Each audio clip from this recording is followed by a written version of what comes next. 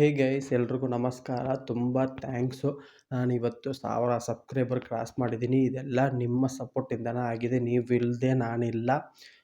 ನಿಮ್ಗೆಲ್ರಿಗೂ ತುಂಬ ಧನ್ಯವಾದಗಳು. ಆಮೇಲೆ ಲಾಸ್ಟ್ ವೀಡಿಯೋದಲ್ಲಿ ಏನು ಈ ಥರ ಬಟ್ಟೆ ಹಾಕಿದ್ದೀಯ ಅಂತ ಕಮೆಂಟ್ ಮಾಡಿದ್ದೀರಿ. ಬಟ್ ನನ್ನ ಹತ್ರ ಇರೋದಲ್ಲೇ ಚೆನ್ನಾಗಿರೋ ಬಟ್ಟೆ ಇದು ಒಂದೇ. ಇದು ಬಿಟ್ಟು ಬೇರೆ ಬಟ್ಟೆನೇ ಇಲ್ಲ. ಸ್ವಲ್ಪ ಅಡ್ಜಸ್ಟ್ ಮಾಡ್ಕೊಳ್ಳಿ. ತುಂಬ ಕಷ್ಟದಿಂದ ಬಂದಿದ್ದೀನಿ. ಆಮೇಲೆ ಏನೋ ಒಂದು ಗೊತ್ತಿಲ್ಲದಾಗಿ ಲಾಸ್ಟ್ ವೀಡಿಯೋದಲ್ಲಿ ಒಂದು ಪ್ರಮೋಷನ್ ಮಾಡಿಬಿಟ್ಟೆ. ನೀವು ಕಮೆಂಟಲ್ಲಿ ತುಂಬ ಬೈದ್ರಿ. ಅದನ್ನ ನೋಡಿ ನನಗೆ ಸಿಕ್ಕಾಪಟ್ಟೆ ಬೇಜಾರಾಯಿತು. ಇನ್ನೊಂದು ಸತಿ ಆ ಥರ ಕಮೆಂಟ್ ಮಾಡೋಕ್ಕೆ ಹೋಗ್ಬೇಡ್ರಿ. ಏನೇ ತಪ್ಪು ಮಾಡಿದ್ರು ಕ್ಷಮೆ ಇರಲಿ. Thanks. High guys, today we have reach 2 million subscriber in YouTube. ಎಲ್ಲ ನಿಮ್ಮ ಸಪೋರ್ಟಿಂದ ಥ್ಯಾಂಕ್ ಯು. ಆಮೇಲೆ ಲಾಸ್ಟ್ ವೀಡಿಯೋದಲ್ಲಿ ಯಾರೋ ಒಬ್ರು ಕಮೆಂಟ್ ಹಾಕಿದ್ರು, ಬ್ಯಾಡ್ ಕಮೆಂಟ್ಸು. ಬಟ್ ನಾನು ಅದನ್ನು ನೋಡೋಕ್ಕೆ ಆಗ ಟೈಮ್ ಇಲ್ಲ.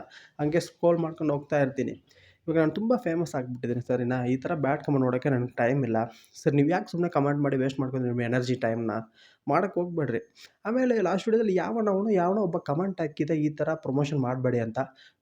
ಪ್ರಮೋಷನ್ ಹಾಕ್ದಾಗಿ ನಾನು ಹೊಟ್ಟೆಗೆ ಏನು ತಿನ್ನೋದು? ಅನ್ನ ತಿನ್ಬೇಕಂದ್ರೆ ದುಡ್ಡು ಬೇಕು. ದುಡ್ಡು ಮಾಡಬೇಕಂದ್ರೆ ಪ್ರಮೋಷನ್ ಮಾಡಲೇಬೇಕು.